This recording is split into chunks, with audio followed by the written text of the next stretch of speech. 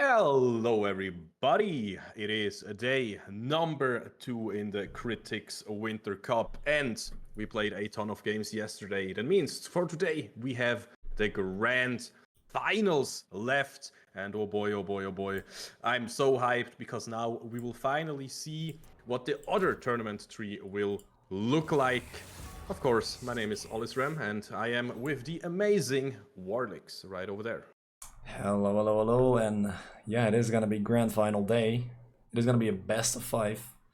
So, few banger games coming our way, and let's have some fun. I would say, should be good. Should be some good League of Legends. Maybe some more Emilio Soraka. That would be fun. Yeah, Why not? why not? I mean, you can probably tell that my voice is still dead from yesterday, from casting 7 hours. So one part of me is like praying for like a 3-0, so that I can rest my voice and hopefully it doesn't die completely. But on the other hand, come on, man, give me 5 banger games. That'd be so fun. We'll see. We'll see where it ends up on. But yeah, Ashe already being locked in after the Varus ban. Not too surprising here. Pandaric on the blue side and Critixx of Valhalla on the red side here. And we see a return of the Sivir as well here. We'll have to see how that's gonna, fare up against the Ashe. That has been very priority in the draft here, the last day. I think has Ashe basically been pig banned in like every single game so far, except for like probably like one. But it's very high pig ban. That's the, and there's the Milio, the eye camper special, not paired up with the Soraka this time around, but it has worked out very well. The Milio has been very strong, has been played with the Ashe before as well, and I have seen them flank towers at both sides, so yeah, that speaks for itself and how dominant this duo has been in the bot side of the map together with this combo as well. So that is something to be looking forward to. And with the Victor being banned, the Way is a very strong mid laner right now. We'll have to see what the reply will be against the Way. Yep, exactly. I saw what he did there with flanking, talking about Ronaldinho, yeah, Emilio, all those jokes. But now, of course, again, gotta get those out of my system. And now we also, I want to talk about the flanks because Veigar with his event Horizon, other people call it Cage, but I am, I'm one of those guys that knows most abilities, so I can tastefully say it's called Event Horizon, amazing ability name. But it's not only about what it's called, it's about what it does, because it is really good to prevent flanks. So I don't really know if I'm like a huge fan of the Veigar, but I see the point why you would pick him. Now, honestly, I'm not a big fan of the Severe first pick. Picking it so early. I mean, second pick, R1, you know what I mean? Yeah. But maybe you know a bit more than me. I don't know. But to me, it's a bit of a weird of a pick. And of course, yeah, we can also talk a little bit about the bans because, securing Wukong for yourself on the red side and then picking away the Jarvan, the Vi, tearing through them in the ban phase. Yeah, that is one way to play the game. And I think it's a really good way, I mean, the last time I seen this sort of composition from Pandaric, we saw Hanu, pulling out the Volibear in the jungle, which was a very good pairing with this team composition. So I wouldn't be surprised if we're gonna see that one pop up again. And yeah, we're gonna have to see how the Sivir is gonna go, because yeah, you do pick it R1 pick like you pointed out, and I don't know if it's worthy to pick it out that early. So kind of putting a priority on it does show that Critixx, for some reason they value it a lot, right? So we're gonna have to see in game if that is justified, or if this Sivir is gonna struggle a lot or not. We're gonna find out how that one is gonna go. But the Poppy locked in as well. Is that gonna be a Poppy top lane or support? That is the question. There is possibilities there, and there it is. There's the Volibear. Guess not too surprising to see that one locked in. And now we're gonna wait for a soap champion. Where's the Cassante? Where's the Renekton? It's probably gonna be one of those two, right? That is a soap specialty. Would not, or the Ornn, I guess that's also a very good one. Oh, Definitely, Malphite. yeah. He's baiting me. Yeah, stop getting baited by all those amazing. Yeah, this is gonna be the Ornn. You know, a very good Gonna be the champion. Ornn So indeed. Okay, so wait, does that mean could this? Okay, hear me out. Could this be Vigar support? Because man, oh boy, do I love Vigar support. I mean, in theory, it is a possibility. Yeah, it is. It could be very good. Yeah, but it's gonna be the Mundo top lane to counter the Ornn. Can be very oppressive with the cleavers in lane.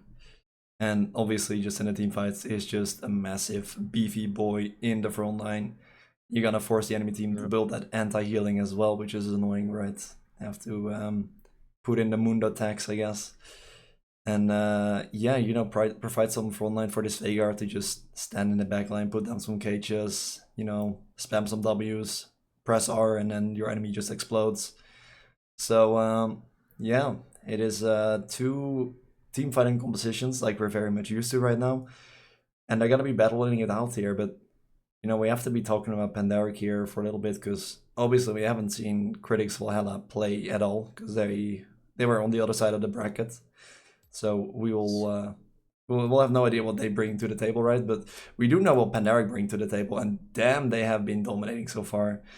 Every early game, they will just find like a 2k gold lead, and there's just no way back into the game. Sure, they might slip up just that little bit, but you know, 10 seconds later, they're right back into control, and your base is in shambles, and you know, it's over before you even realize it.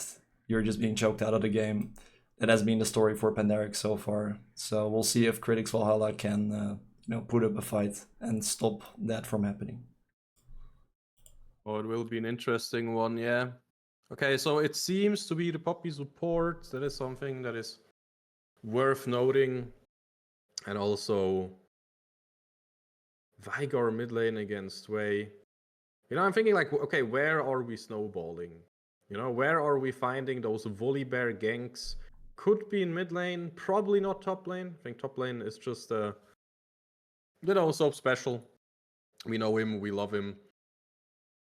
Bot lane doesn't look too easy though, but hey, you can just flash onto Poppy and right through her steadfast presence. So that is something that is, of course, a possibility.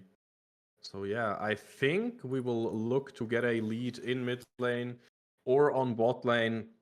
And honestly, I would prefer to see it on Senny right now because no flame towards Please Get Me Out, you know, he has been playing good, but man, Senny had those carry pants on and played so darn well throughout this entire day yesterday. I hope we see him focused. And I think, you know, we can maybe also push this Sevier to its limits, you know, and kind of punish her as well for being picked so early. So maybe that is also a reason why the Volibear was picked here. But yeah, either way, man, I'm hyped to see some banger League of Legends games.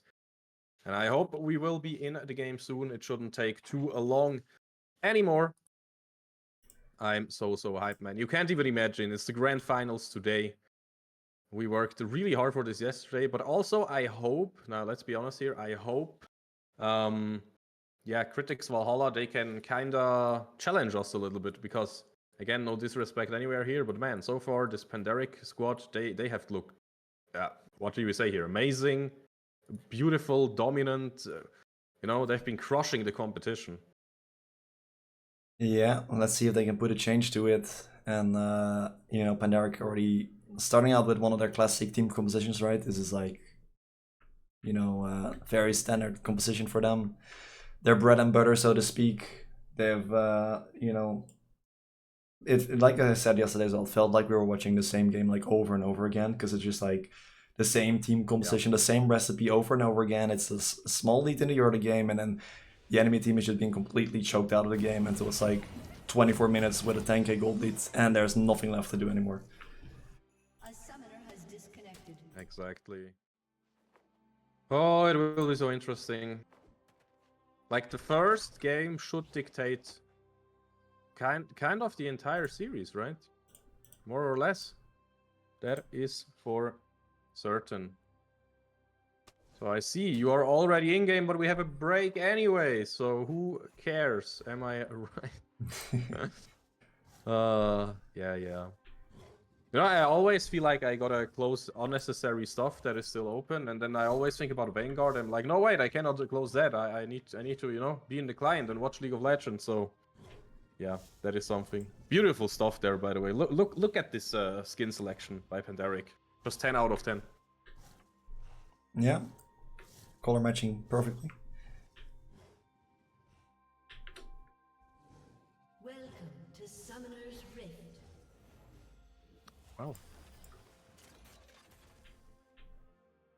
Well. And we're gonna get some action here early on. It is the straight up invade. Will be spotted out by the ward though, so that is actually gonna allow the jungler here on the red side to just walk in and get a nice ward for themselves. And there's actually no counter ward here for Pandaric here, so actually an advantage here already for Critix. Just getting that extra bit of information in the start of the game. You can see that. I'm hype. You can see that beautiful I'm also ward. in the game now, by the way. Sick. Finally. Oh, I just wanted to tell you really quick. And I see that you're not live, are you? No, you're actually not. Wait, I still have a break, so maybe it will catch up. Nope. I hope I'm live. Okay, perfect. Yeah. Perfect. Okay, guys. It is a dancing Volibear on the ward here, but I don't think he will be faced by anything today. It is the grand finals. Once again, I invite everybody to give their favorite chants in the chat and to cheer for Pandaric or for Critixx Valhalla for your favorite today. But I know one thing, it is going to be a banger of a game. Game number 1 in this best of 5 series in the grand finals. Warlix, what lane are you looking at when you are Hannabulsen and Guasmas? I mean, for Hannabulsen, I feel like you really want to make sure that your mid bot lane are safe. Especially your bot lane, I think this Milio Ashe has a lot of potential to bully out the enemy bot lane. And we can kind of already see that happening right now. So you want to make sure that, you know, that bot lane can continue to be as aggressive as they want to be and provide, you know, the cover, the vision, so they don't get ganked there by the Wukong. And yeah, for Guasamas, I mean, you're gonna have to try to slip through, find a gap somewhere, see what you can make work here, but it's gonna be quite difficult here if Hannibulsen, you know, gets the cover and gets some wards in for his teammates. You're always gonna be getting spotted out here, but you're gonna have to see what opportunities you can find.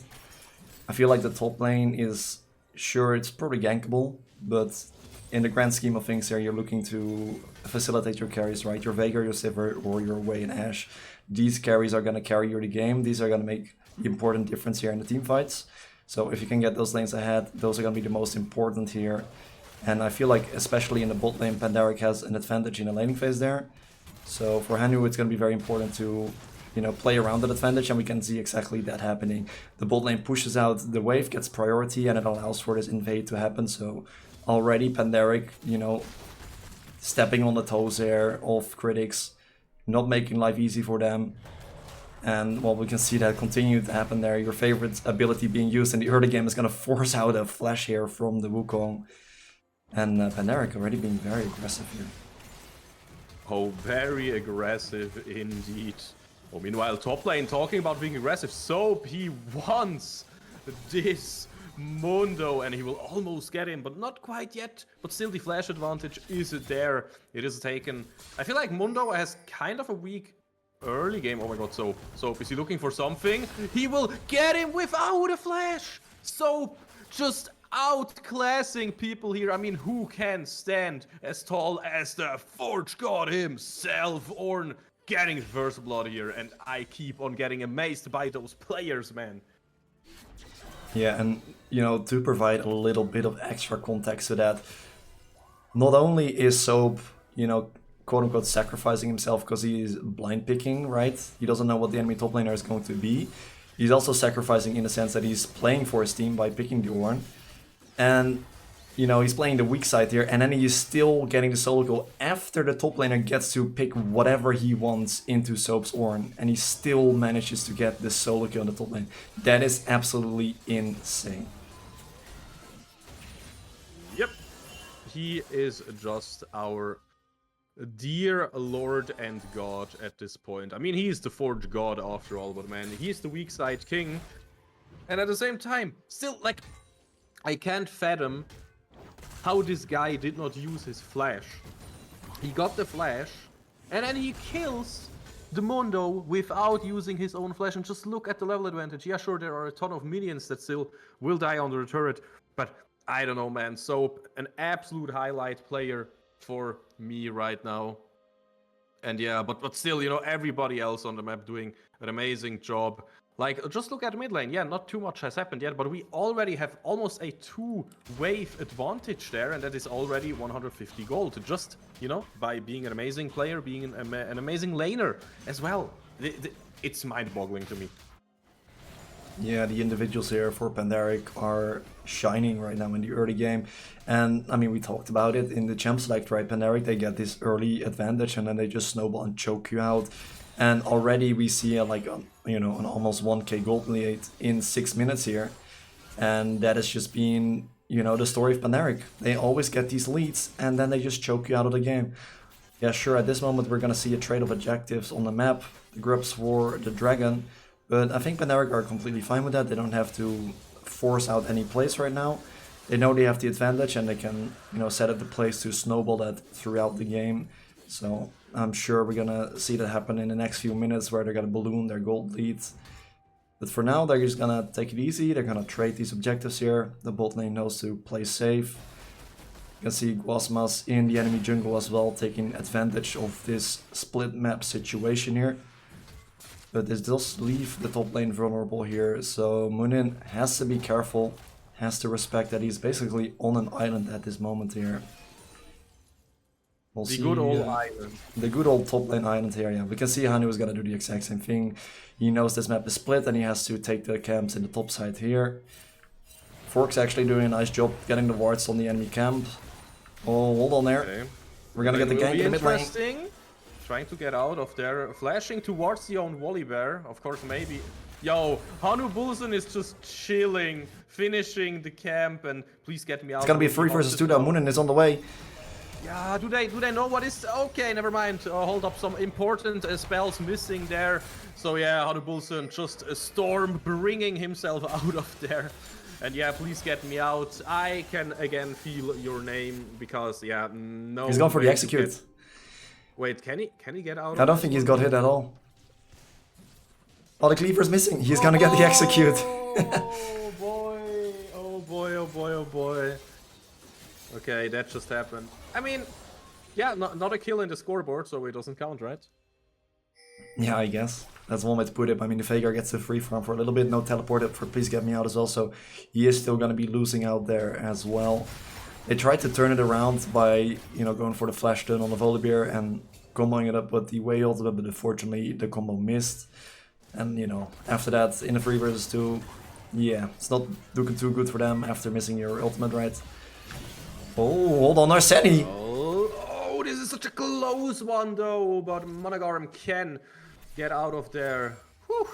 Not even close, baby. Is he shouting in his team's ears while everybody else was worried for his life. Close one, but he got out. Yeah, and this is exactly what we expected from the Sunny iCamper Ashe Milio combo on the bot side. They are so aggressive, they're not gonna let you chill at all. Yesterday when we were watching their games, you know, it is 8 minutes and look, you're not allowed to stand under your tower, you're not gonna feel safe at any point.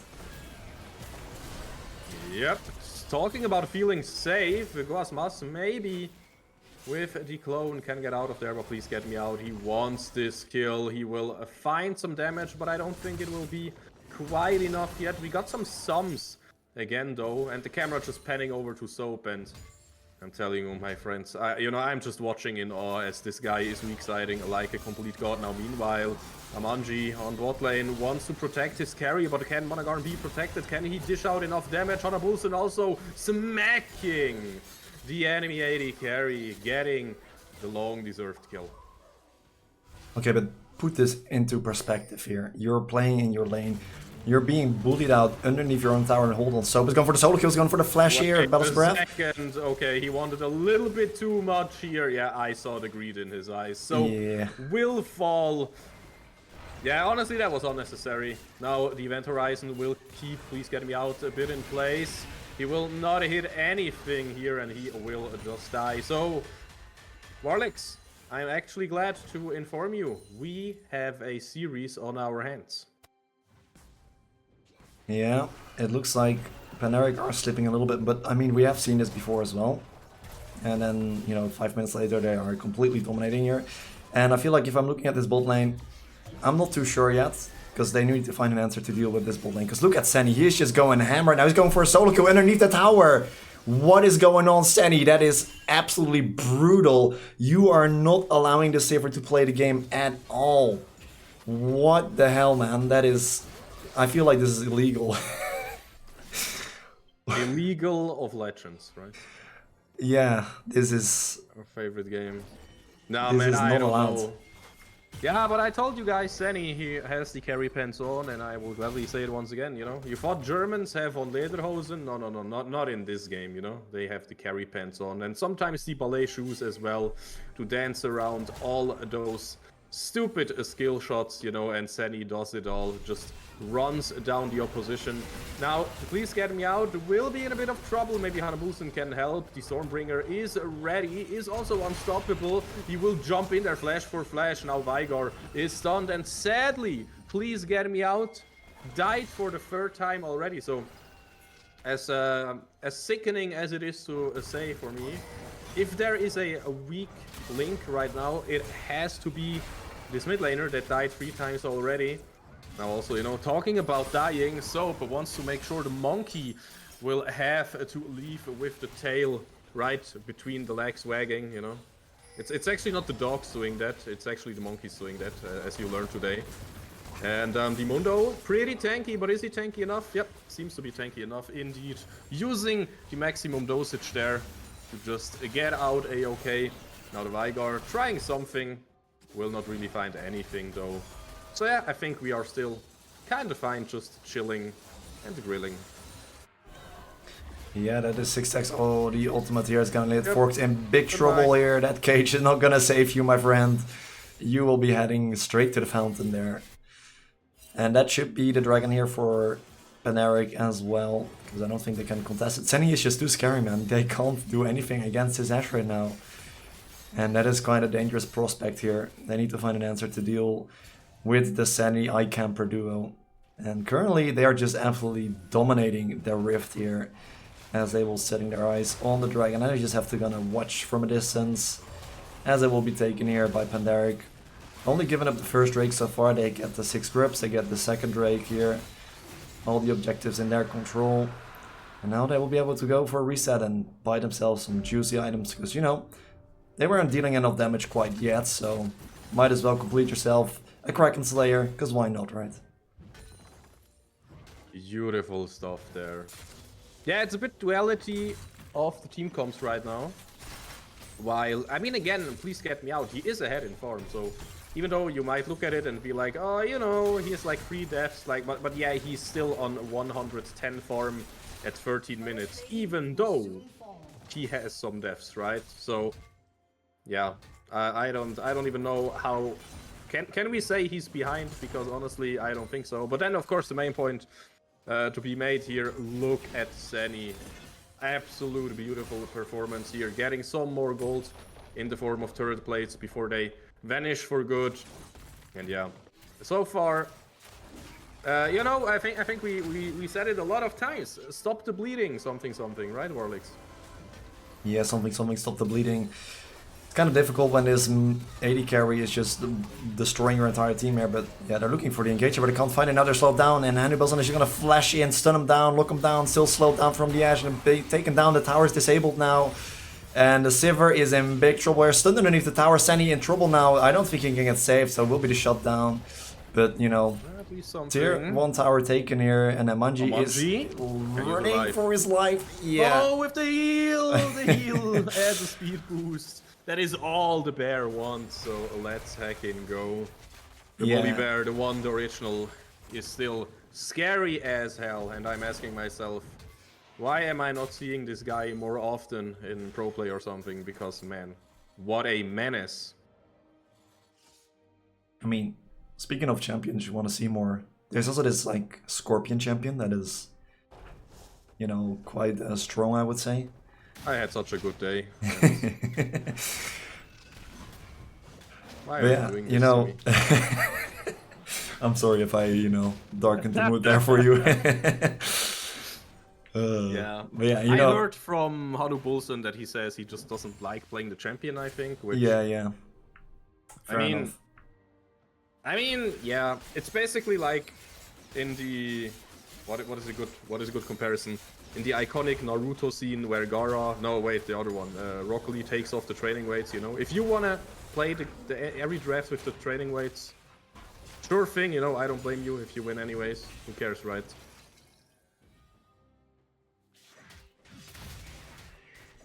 Yeah, to put that in perspective, they took down Senny, but it took them 3 deaths and a mid lane tower to do it.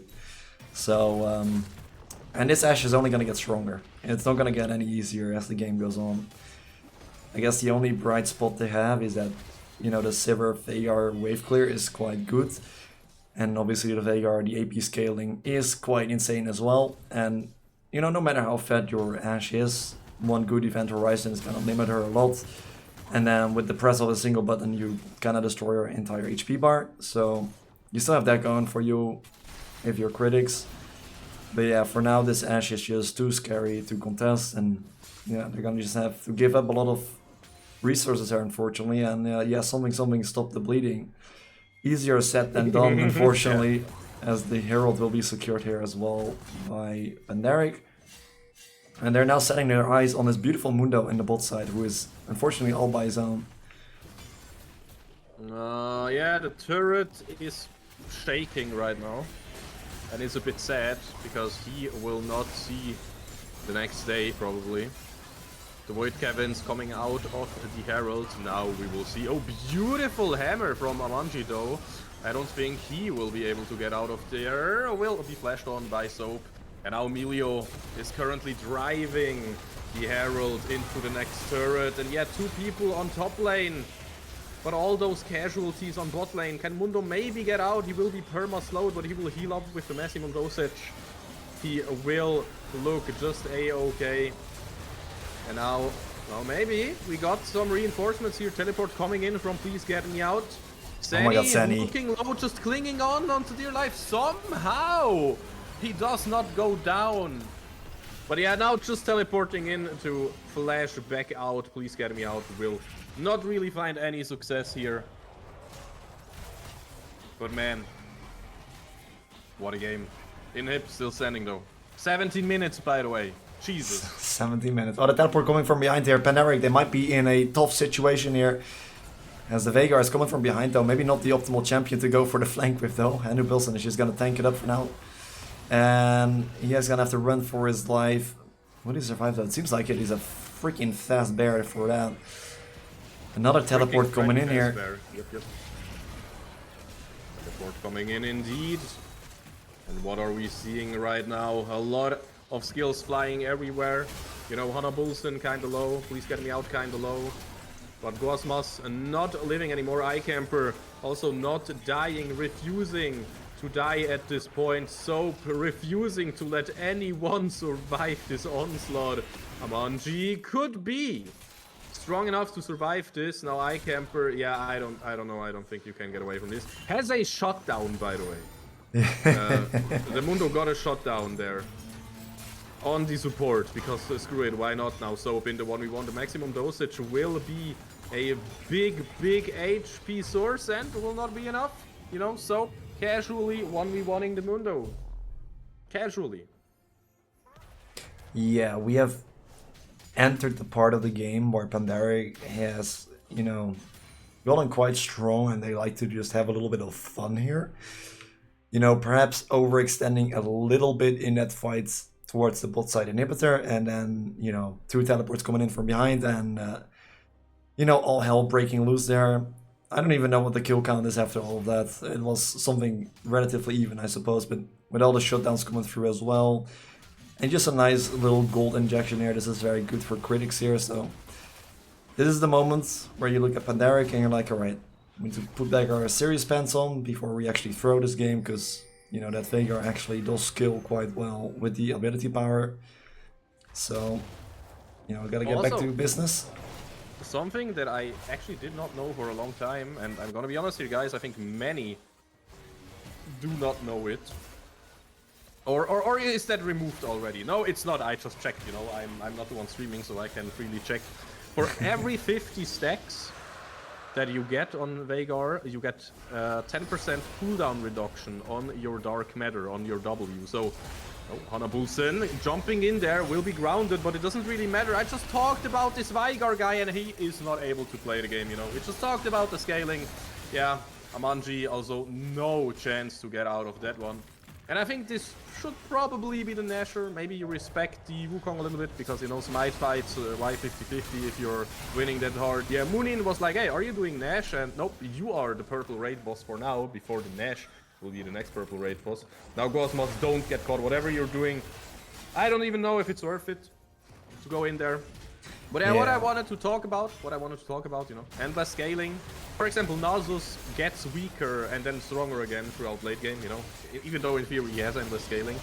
And then also to me, you know, in my head it was always like, yeah, sure, at one point you have infinite AP as Veigar, but are you really infinitely scaling if you still have cooldowns, you know? I mean, sure, maybe you one-shot somebody with your ult, but it still has cooldown, right? And then somebody told me, yo, Elstrom, did you know that actually your stacks also reduces one of your skills cooldown? And since then, I shut up, you know, about this infinite scaling topic. He is infinitely scaling, because even, you know, some cooldowns get lowered by his stacks, which is pretty nice, let's be honest here. I mean, the thing is as well, because you have the infinite scaling AP, it does mean you could opt in for some more defensive items, and it doesn't hurt you as much because you actually have the AP from your passive. So, could opt in for that as well, but obviously you're gonna have to need your def cap, you're gonna need your mana, you're gonna need a bit of cooldown reduction, you're gonna need magic penetration, so you're still gonna need some of those AP beefy items, but yeah, it does open up some possibilities for more defensive items, which is always nice, so you don't instantly get popped down, and oh my god, look at the damage. Veigar is starting to become quite scary, but unfortunately for him, he's also quite squishy, you know, with the cage hitting here. Camper has to be careful, but there we go. This Veigar will just explode even through the shield of his items. No chance to survive.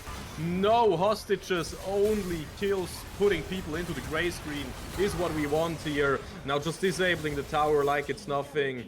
And yeah, I remember a few minutes ago when I said, yo, we have a game on our hands. And yeah, right now Pandaric is probably laughing at me. They're like, yeah, what game, by the way? They should win in just a few minutes. Even though I actually like Moonin's answer there to just shove out bot lane and make it impossible to push the bot lane. Yeah, all the small things helping here. But for now, Pandaric will just be collecting whatever is left staying on the map here. The inhibitor taken down, some towers being taken, every jungle camp being taken. There's nothing left here for Critix to take for themselves. And yeah, it's just an uphill battle here. Soap's recall being cancelled there, so that might be a pick that they can use to their advantage here. That is, if he actually dies. Well, talking about dying, this game is a bloodfest, I swear. Oh my god, so he is half HP again. Trouble. Okay, Monogarm is in trouble. Hanabulsen, he refuses to go down. The shield will not connect in time from the Sky Splitter. And there is a shutdown on Moonin, but what did it cost? The answer is everything, because it literally cost them the game. What is even going on at this point? This is absolute madness here. Look at Soap, he has 75% HP again, and he almost died like a minute ago. This is absolutely brutal. They thought they had the pick. I mean, in theory you would say they called out Soap, but yeah, one does not catch Soap that easily. He is a big beefy boy, he does not give up that easily, and you're gonna really have to fight for it. And Pandaric, they're gonna take the first game in 24 minutes here in dominant fashion, and it will be going up 1-0 into the series. Well, I don't even know at this point. Do we have a series on our hands? Well, Do we? Or will they just sweep through this 3-0 and, you know, go back to bed or whatever they still have planned for today? I mean, I'm gonna be honest here. The bot lane was kind of an issue, right? The Sivir was not it. The Ashe Milio was way too dominant. And in the early game, you know, Critix actually got stuff done in the mid lane. The Veigar was going ahead here. The ganks were working out. Please get me out. Was struggling in the laning fight, dying quite a few times here. And Pandaric, they were lucky that Sandy was absolutely popping off in that bot lane. That was absolutely crazy. He was so far ahead that it didn't end up mattering at all. So perhaps there is an angle here where they can pick a bot lane, where they can, you know, survive a bit longer or look for a lead themselves maybe, but at least go even, you know? And then if they can still find the same advantage in the mid lane, then maybe we have a game on our hand. But for now, I'm gonna say we headed over into a break, and then we'll be right back with you guys.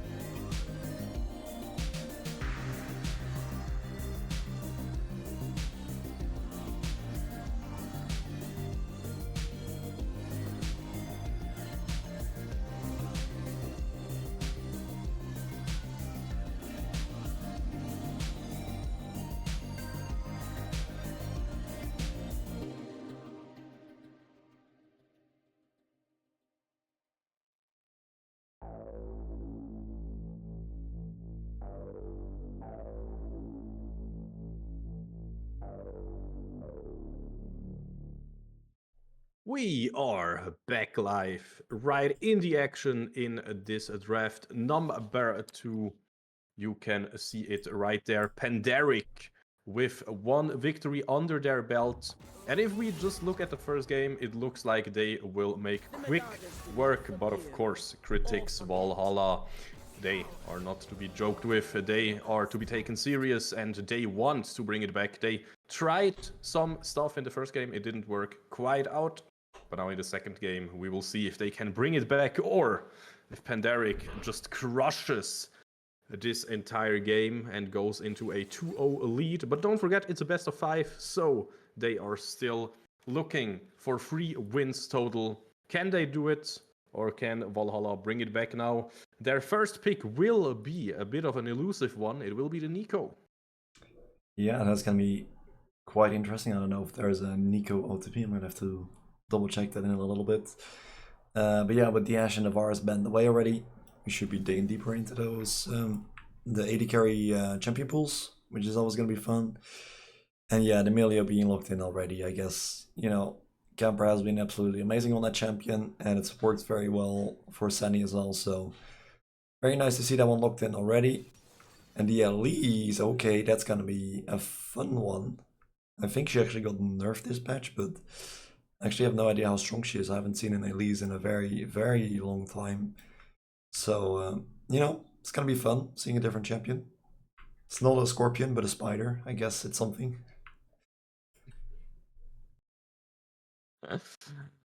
Oh well, at this point you're just taunting me, right? But now, honestly, yeah, at this point, is Celis really the answer? We will find out. Well, we know that. I feel like the first draft was a bit too slow again. You know, the first draft is probably where you realize, okay, guys, we have to kind of go fast. You know, like really, really fast, because they are going fast, and you kind of have to match the tempo, right? And that's what it will be all about in this second game. Can they match the pace? And Elise, of course, is a great answer to start matching the pace, right? Yeah, and it is gonna be, just looked it up real quick here. We do have Amenji having 51 games on the Nico on the support position, so I'm gonna be assuming it's gonna then be paired up with a Nico, or excuse me, with the Corki. So that should be a dangerous pairing here in the bot side. And okay, we have the Milio Soraka back in action. Oh boy, we have seen it yesterday. We're running it back. It was absolutely disgusting. I feel like, you know, it is a combo where if you actually try to all in them, you have to actually kill them, because otherwise you give up so many resources. It's just not worth it, because the Melio Soraka are just gonna heal back up, right? That's their strength. They can poke very well, they can sustain very well. If you all in and you don't get the kills, then you're in big trouble here. Now we do have a Corki and a Nico, which, you know, if they're level 6, they get their item spikes. They do a lot of damage here, so there is a possibility there. But yeah, it is still gonna be quite interesting there, how this Melio Soraka is gonna deal in the bot side here against this Nico Corki. It worked out yesterday, but would it work again? And a Yasuo locked in. Okay, so last time when we saw the Melio Soraka, I was like, you know, there was only a Victor on the team that can, you know, deal consistent damage there, and it didn't feel like it will be enough, but they snowballed the early game so much that it didn't really matter. This time around they have a Yasuo, so it makes a lot more sense, right? You just have an insanely fat Yasuo that just gets perma-healed and shielded and can just go absolutely sicko mode. So they have that going for them. A nice protect the Yasuo comp, I guess. So no 10 death power spike here. And it's going to be quite an odd composition here for Pandaric, and you see something more standard here for Critix here. They actually lock in a Blitzcrank, so I guess it's Nico mid lane then instead, which obviously works as well. But yeah, I mean, it's the same concept, right? You're going for all in here, you're trying to hook one of the champions, you're trying to kill them before they can get healed back up here. Once again, if that doesn't work out, if you can't kill them, you're investing so many resources, you're gonna lose a lot of HP from all the poke, whilst the enemy team just gets to heal back up with the Emilio Soraka. So it is a risk you're taking by just, going all in on them. And a Jax to round it off with as well. So we're gonna be seeing a very different look here from Pandaric here, because this is not a Pandaric composition. I don't see no Soap on Cassante or Ornn, I don't see like a standard mage mid laner. I don't see Hanu on a supportive tanky jungler. No, we're playing split push champions here. We're playing a double enchanter. We're playing Elise, who can be very annoying in the early game with a lot of the CC damage that she can provide here. It's a very unique composition for Pandaric for sure. So this game, I mean, I'm gonna imagine will play out a lot different than the ones that we have seen before. It should seem so, yeah. It will be a special occasion for sure. Oh, this draft looks amazing. Just with the Nico, that is a special one. Then also the Blitzcrank, really special one. Then top lane a Jax into the Renekton. Man, I'm looking forward to this. This looks absolutely hype. But yeah, for now, what do you think? Where are the strengths here to bring it back for Valhalla? I mean, you definitely have some opportunities to punish this Yasuo maybe in the laning phase, especially in the early levels when he... The thing with Yasuo mid lane, right, is in the top side you have so much space to work with, whilst in the mid lane, you dash a few times and you're underneath the enemy tower. There's kind of this, stereotype Yasuo mid lane player that you're not a Yasuo player if you don't end up in the enemy mid lane tower, right? That has to be done here, so... Yeah, maybe some Hasaki? Hasaki. Yeah. they still have they have enough tools here to deal with the Yasuo, I think. But at the same time, the wind wall is gonna be very annoying to deal with for Fork. So there's gonna be some mind games there. It's gonna be like classic ranged into melee matchup here, where in theory, if you play it correctly, you can really bully away the Yasuo. If you make some mistakes, though, it can really, really get dire for you in the mid lane. So we'll have to see how that goes. And I mean, I feel like when I look at this composition, they put a lot of emphasis on the bot side to make sure they have the all-in power to deal with the Soraka Emilio. They want to make sure they can actually all-in them and one-shot them before they can heal back up. So I feel like they're gonna try to fight them head-on, right, and not allow them the free laning phase and to just get poked out of lane. They want to make sure they can land the Blitzcrank hook, one-shot either the Soraka or the Emilio, so they cannot heal back up and snowball the bot side of the map, basically. So I feel like a lot of that is going to be leaning on the bot side here. And it's going to be actually quite scary here if we get towards the mid-late game. For Pandaric, they have a very unique team composition with, two split pushers there, Jax and Yasuo can both go in a side lane.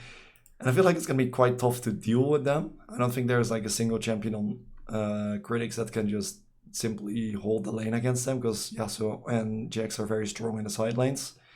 So that could be an issue in the late game, but at the same time, you could try to avoid them. You do need to properly play around the split push if you're Pandaric, and that's not something that they normally do, right? It's not their standard team composition.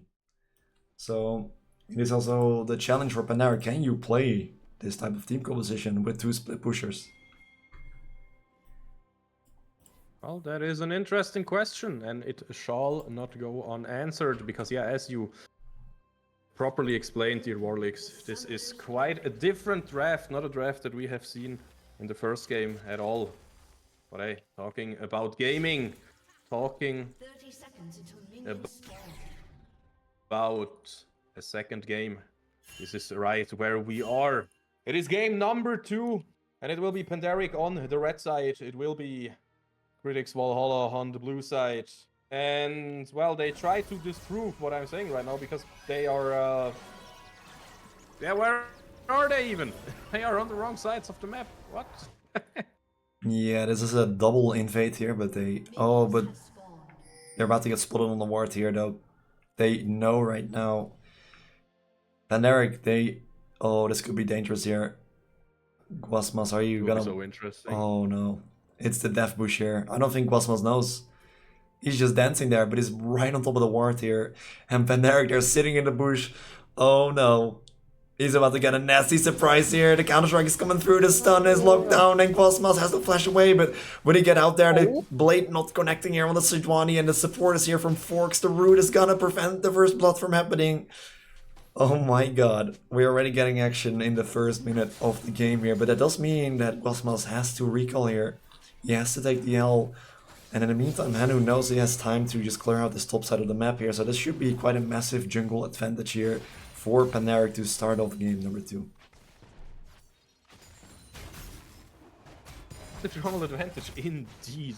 Holy cow, what an early game and what a way to completely destroy the enemy jungler's confidence.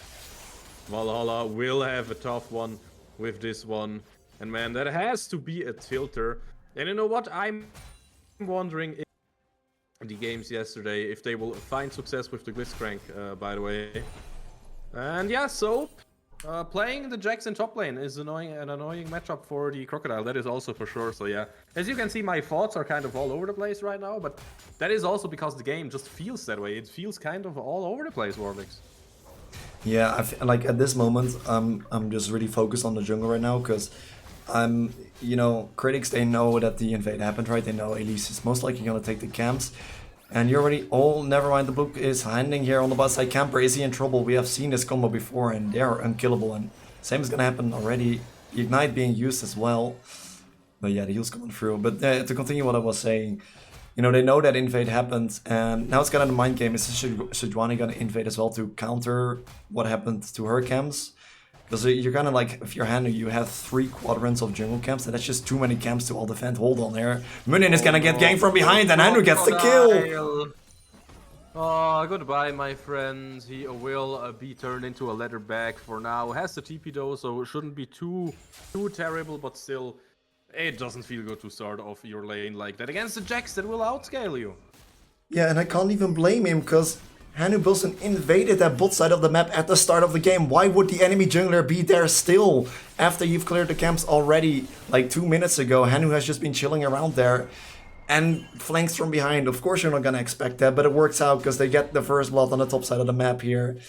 And yeah, Guasmos, he's just left hanging around with no camps at all here. Hanu still has his entire bot side ready for the taking as well after the first blood here. So the Elise is absolutely popping off here at the first stages of the game. Yeah, at least popping off is just the right call here. That is exactly what is happening right now. Oh, and there goes the Yasuo. Yep, in mid lane. Yeah, we don't talk about that. You know, we only talk about the good stuff. No, but on a more serious note, that's what I was saying, right? About matching the pacing, kind of. And even though we do not look at the farm from Forks. Oh, can he get out of there? No, he cannot. Okay, they could not match the pacing either way. And yeah, the farm still is kind of looking grim now on bot lane. Sani got hooked, but yeah, he will just confidently walk away because Monogarm is without any mana right now. Wait, how funny is that? The guy literally has mana in his name. And has no mana. You have no mana. Oh, what a banger of a game. Quotes. Yeah. Man, we're really popping on with the drafts already, and we're only in game number 2. The Elise is popping off here. We can take a look at the gold here. 2.2k to 1.6 this early on to the game. 600 gold lead for the Spider. And I don't think Hanu is gonna stop anytime soon here. The thing is though, you know, for the early game, it's great, right? The Elise is very strong, but when you look at the late game, you want to have this Jax and Yasuo in the leads, having their items so they can be strong in the side lane. Be absolute nuances there. And, you know, you have your enchanters supporting them, so if this Jax and Yasuo is gonna fall behind, that could be an issue still. So, you know, already an early death here, and perhaps another one as Soap is in trouble where Guasmaz is gonna lock him down, and the Counter-Strike is gonna run out. Oh, no way, Soap. Soap. No. Soap. No. Soap. Oh my god, you cannot be doing that. Yeah, alright, Soap gets out. He just did. He just does that. Just Soap things. But yeah, you know, point stance, you want to have the Yasuo and Jax on comfortable positions. I have to make sure they have their items and stuff, so they can be strong in the side lanes here, because they are going to be, you know, the main carries here for Pandaric in the mid late game when they're going to be split pushing. So if they fall behind and they get taken out in the side lane, that's not what you want for Pandaric here. So let's see how they develop throughout the game, and ooh, just barely missing there. Well, I don't even know if it connects, if it is a good or a bad thing, honestly. I can't even tell at this point. That's just how sad this entire thing is, basically. Yeah, Managarm also paying the 800 gold tax here already. As has to be done when you're playing against Soraka Milio bot lane. That's a suspicious minion, isn't it? I don't know. Nothing wrong about the minion, if you ask me. Yeah, looks a little sus to me. So yeah, I mean, we'll be spotted out there. I think Hanu did get spotted out taking the Grubbies earlier, so they just take the dragon once again. Split map here. That does mean it could be dangerous here for Munin if he drops a little too low, and we get a repeat of what we saw earlier on. And speaking of dropping low, Soap is gonna make sure that happens. He might just do it all himself. Oh my god. Oh my god, man. How does he do it all those times? Now maybe a revenge kill on bot lane. Well, at least a revenge flash that, you know, is not terrible, but still it's not good enough to offset things right now. Nope, and well, we talked about having this Jackson and Yasuo ahead. Soap is making sure he's doing his part at least. And, you know, just having one of these is, I feel like, more than enough here, because it can be, oh, the hooky leading onto High Camper. I mean, it should be fine. What am I saying? It's Soraka Milio, they don't die. Yeah, again, do you suddenly start banning Soraka? But then do you also ban the Elise, you know? That is just what Elise is good at. You know, take the turret aggro first. And then that was even a little bit too early. Yep, that was too early. Yeah. Slight misplay there by our favorite boy, Hanu Bulsen. The play was really good there. You know, if you succeed on that dive, no teleport the moon in, he loses so much XP and gold. The lane would basically be unplayable, but unfortunately execution falls flat here. But maybe on the bot side it could be a different story. Well, the bot side, the dive is working out, finally! And Gosmas will not even die. Finally, somebody puts a stop to this Soraka weirdness. Now, please get me out. He's like, yo, I heard you got some free kills down here. I heard it's an all-you-can-eat buffet. Managarn will not get knocked up. The Pop Blossom there to zone. Now, Hannibulson also saying hello to the all-you-can-eat buffet. Goes into spider form to do exactly just that. Wants some free food. Will come down. Will not have the venomous bite ready quite in time. And thus will only, you know, quote-unquote only, get a few kills down here. And 2 survivors will live to see another day. Yeah, it is absolutely clown fiesta in the game already. I mean, what to be expecting when you have, you know, this composition from Pandaric. They are, you know, they are cooking. They're bringing out all the spices here, making sure that everyone in the chat here is entertained. And us included as well, you know. We gotta have our entertainment as well. And we're definitely getting that this game. And in the meantime, Soap is like, what the hell's going on that other side of the map, man? Okay, mid lane. Ooh, a lot of damage. And iCamper will not be tanky enough. Who would have guessed if Sani is not nearby? And also Soap struggling a little bit in the top lane. And yeah, again, I mean, do I jinx it again? But I have to say it. Okay, hear me out, guys. Quote me, listen to me. It looks like we have a game on our hands. Valhalla is fighting back. They are even in gold. Even in gold. Yeah, that's what I just said. Now, even a little bit ahead if they get a plating down there. But whenever I said that, I jinxed it, you know, yesterday and in the game earlier. So who knows? Maybe I just ruined everything. Yeah, I mean, I feel like the last few times when we said that, there is a, you know, still very clear strength for Pandaric. I guess it's the Elise for now, but you know what I'm worried about here is that this Corki is about to get Trinity Force, and we are seeing the draft paying off here for Critix. You know, they perhaps saw this Soraka Emilio combo incoming when Emilio got locked in at early, and they secured themselves a lot of burst power here with the Corki Blitzcrank combo. And they're actually doing very well in the lane. And, you know, being ahead here, you know, securing yourself a Trinity Force relatively soon here, hopefully, for Menagarm, does mean that burst power is going to be even stronger here, and it's going to be quite dangerous here for Senny and iCamper. We've seen Soap, you know, almost get killed there. Okay, Hanu Bilson is going to flash from behind there, and Menagram is in trouble here, and that's a perfect execution on the gank, but can it be repeated in the top side? Yet looks like it, because the hook is landing. Soap has to be forced away to flash. Will survive that encounter here, but it does mean the grips are ready for the taking in the top side, and with the dragon almost spawning bot side, that should be secured there by Pandaric. Pink's already on the map there.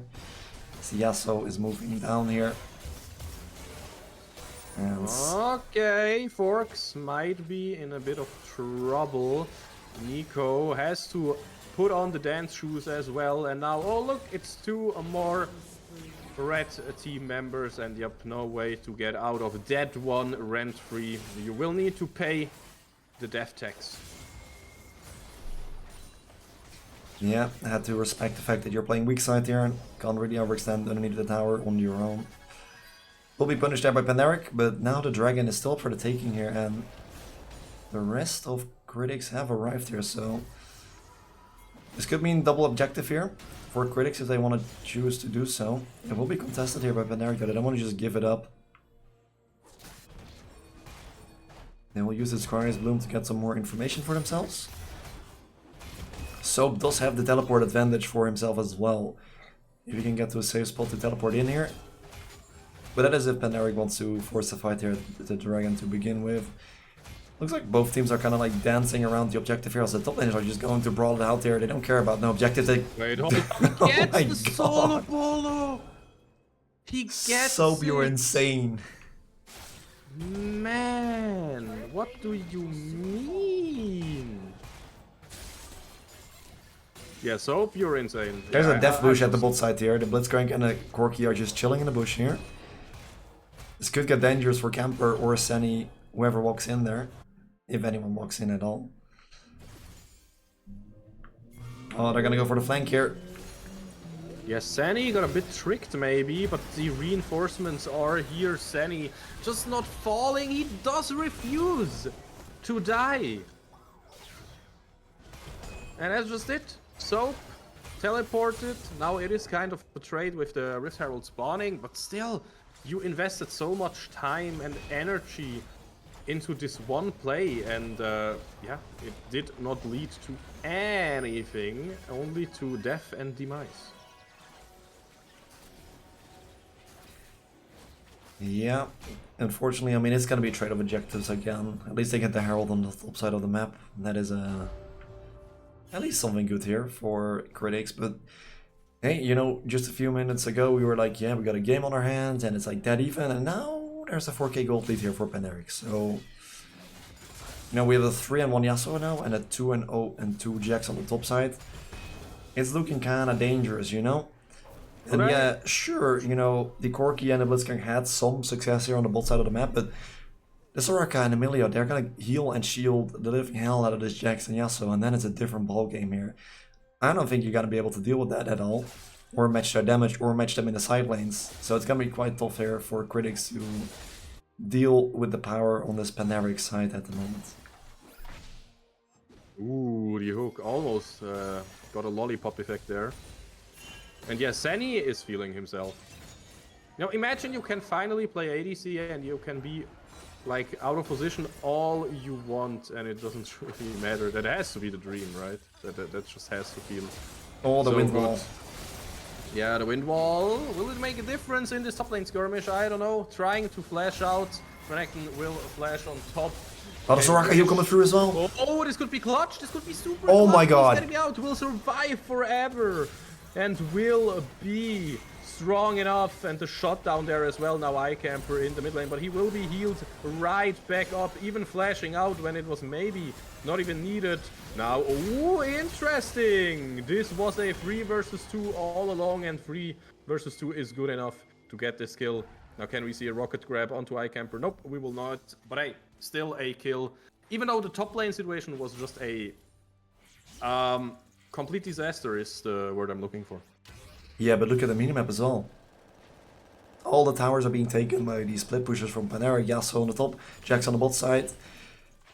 They're perfectly using, you know, the space that they've been getting, and they just take everything on the map here.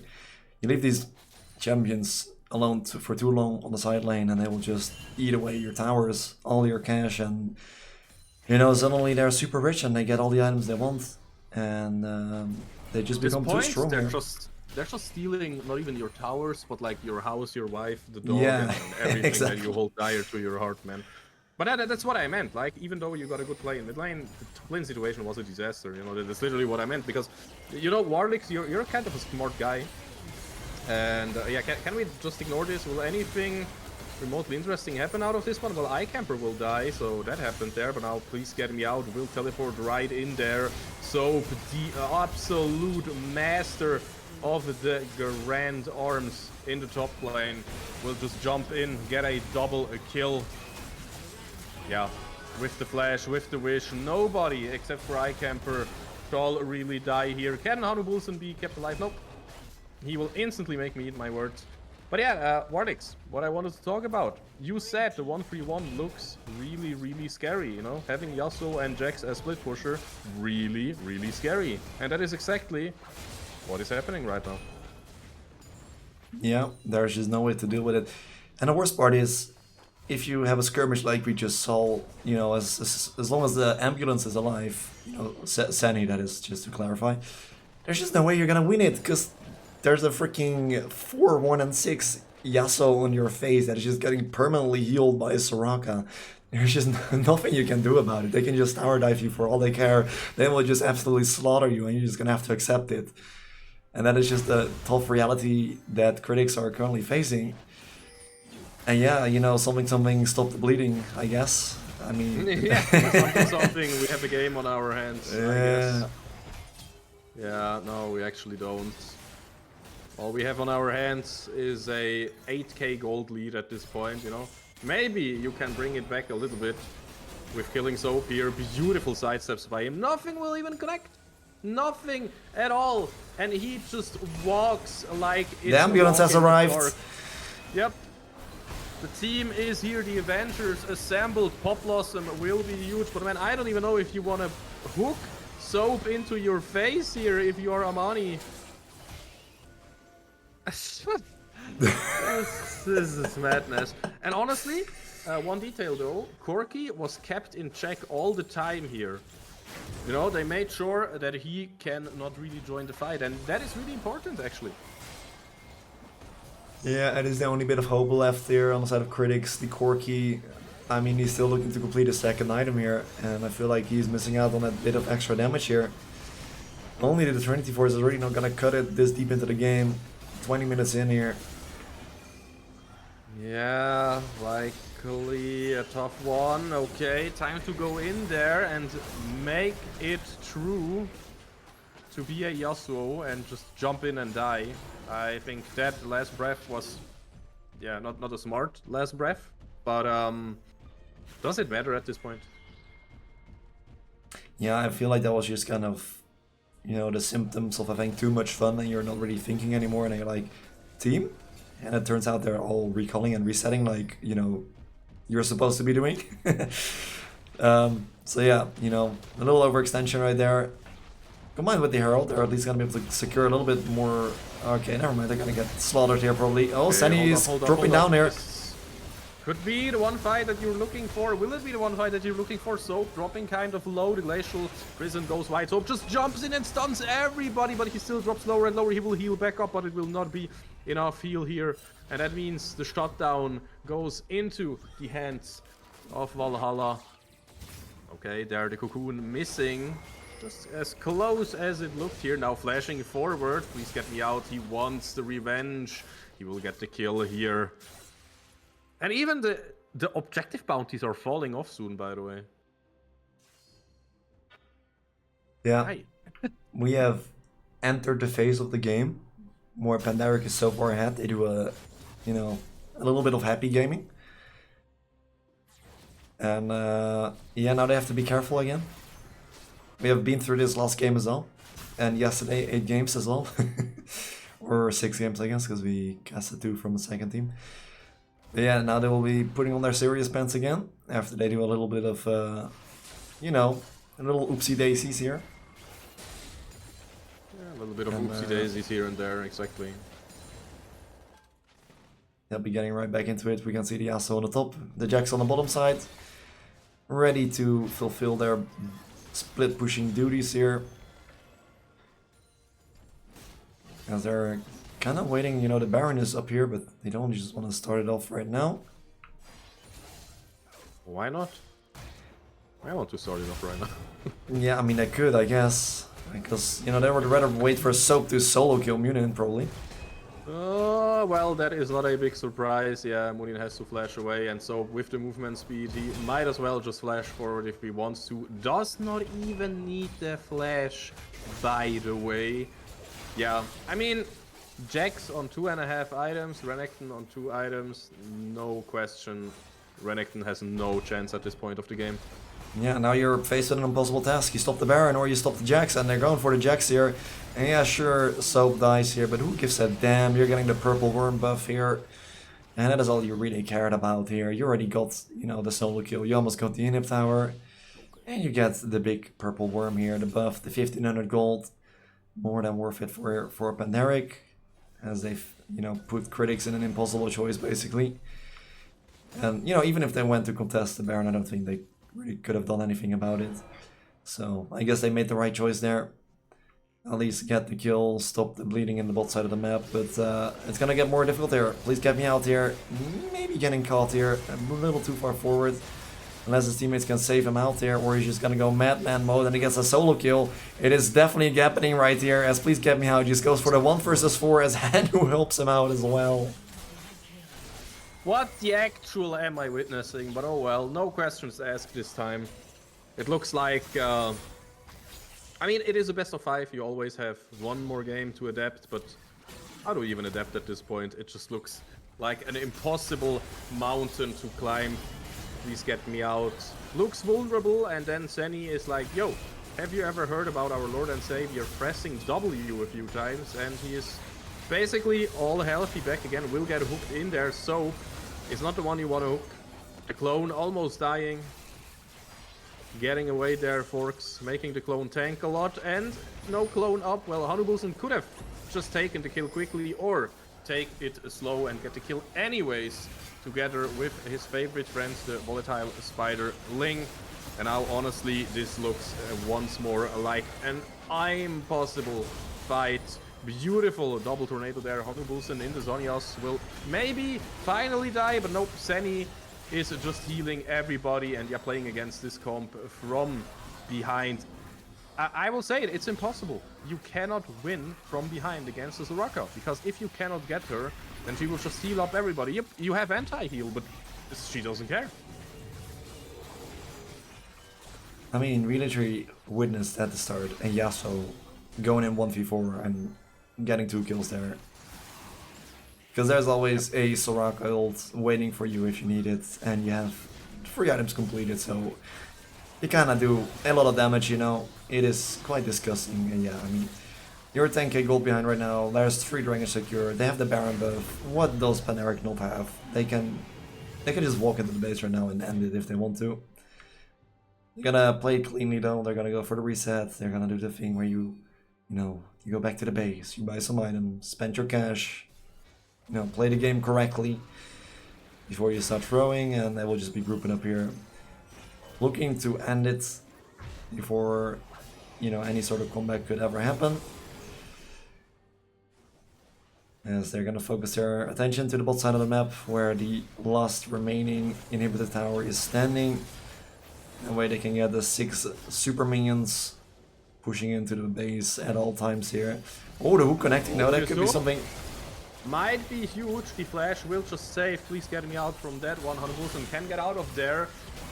in spider form, and the crocodile will once more be turned into a leatherback for the 7th time this game, and it is just too much money.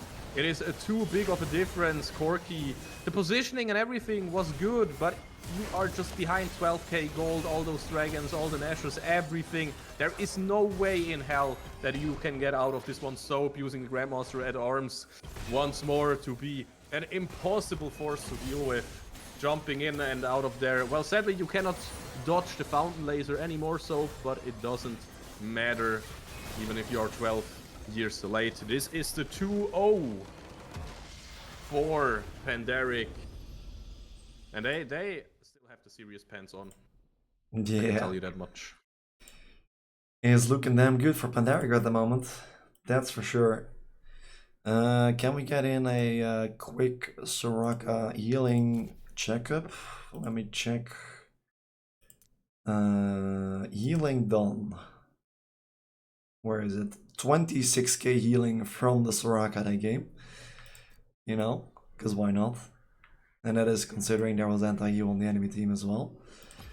So yeah, the Soraka definitely working out here, and I mean at this point, I don't know what Critix is gonna do. We have seen 2 completely different games here from Pandaric. You know, the first game, it was Sandy going absolutely crazy in the bot lane, absolutely slaughtering everyone and just walking over the enemy team together with his beefy front line and the support.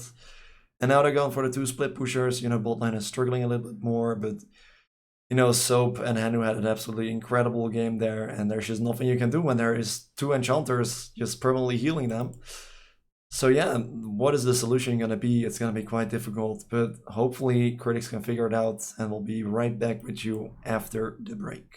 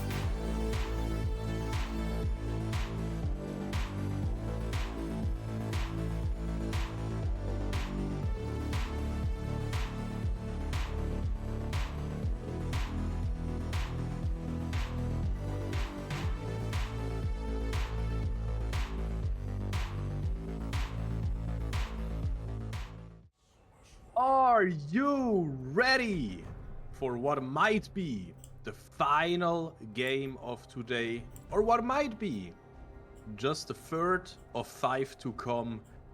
I know one team that wants this game to be the final one, and I know one voice that wants this game to be the final one. Yeah. Yep. Yeah. Warlicks, stop the drugs, quit smoking. But yep, I'm telling you guys, this could be the final one. It is a 2-point lead, 2 games lead for Pandaric, and they will be once more on the red side. They thought to themselves, yo, this Nico was kind of annoying. What if we ban it out and force them to play something else? Let's go. Let's do this. Draft number 3. Yeah, I mean, there's the Soraka. It has been taken away here. I mean, listen, it's game 3. They're 2-0 up. Pandaric, they've had a lot of fun, you know, along the way in their games. Are we gonna see another Kane Akali kind of thing? Are we gonna see something completely new? You know, some wacky champions? Or are we just gonna go back to stock standard and drafting here, you know, classic soap champion and carries for mid and bot lane and, you know, some supportive champions? We'll see what Pandaric will end up cooking here, but maybe more importantly, what will be the answer here for Critix? Because, you know, Pandaric, they have been running away with the game, and okay, we're gonna start it with a Nunu. Now, is this gonna be, you know, a FlyQuest inspired kind of Nunu moment, you know, at Worlds, or is this gonna be the Nunu in my average solo queue game that's just gonna run it down? We're gonna have to find out how that one is gonna go, but definitely an interesting champion to be starting off the draft with. Hakro, this is Nunu and Willem, not to be confused with a Mumu and not to be confused with Lulu. Oh my god. Fun fact, it's a fun fact, I remember a game where I played against, you know, I was shot calling and I was calling, like focus calling, and they had a Lulu support, they had a Mumu jungle, and somehow they tried Nunu top lane. So in team fights it was like Nunu, Lulu, Mumu. I would, you know, maybe that was the main threat. You know, and it's hard to focus call against them. But either way, we have a darn good answer with Ambessa, because Ambessa is open now. And man, I love myself some flashy 200 years champions with a ton of dashes through the game. And you know, talking about 200 years champion, Diana almost feels fair compared to the Ambessa, but it's still an interesting champion that could lead to some interesting wombo combos and maybe, just maybe, leads to another Yasuo pick. Well, or unless it's gonna take it away here. Forks is hovering in it. Is he gonna lock it in though? It will be maybe a risky champ. I'm pretty sure if Nunu hits a snowball, he can use the ult on that, I'm pretty sure. It is gonna be the Corki, not the Yasuo. Maybe he's just hovering because he knows it's coming, you know. He's just like, you want to pick this one, huh? Don't you? But Wait, yeah. I have read Shy Venom mid in chat. Oh. I don't want this to be reality. Hmm. Guys, come on. I know entertainment and stuff, but come on. Oh, we're gonna get this. Yeah, now so Daddy. Darius. Now this is Darius into Renekton as a counter pick. You thought the Jax was disgusting? Oh boy, I have news for you, my friend. Unless, you know, it could be Darius mid lane into some matchups, but either way, I think this will be a crazy game. But honestly, with those ADC bans, you know, might as well pick some strong lanes. Right, but so when you look at this right now, you would imagine Diana jungle, Ambessa top, or excuse me, Darius top, Ambessa mid. That would be my guess, and I guess if Darius and Ambessa could swap around depending on matchups, if they are more comfortable with one or the other. But you know, could be some support shenanigans as well. Who knows? Who knows? Pandaric, they have had some wacky team compositions here before, so I mean, I don't know how comfortable iCamper is on the Ambessa or something like that, you know. But yeah, who knows what they're gonna be pulling out here. It is the you know, in theory, it is the bot lane still left for the picking for Pandaric. That is what you would imagine, at least. So we can see the Millia being banned away now as well, which has been one of iCamper's, you know, comfort picks here on the support. And now it looks like Senny is hovering his entire champion pool, it seems like. Because, yeah, oh no, is it happening? Is it actually gonna be Shyvana mid lane? It can't be, right? What is happening here? It could be Diana Shyvana bot lane. That is not a troll. Alright, but one thing I will say though is you do have 4 melee champions, and could be quite difficult when you're trying to siege towers, right? Even if you're ahead, you don't have that safety with the range.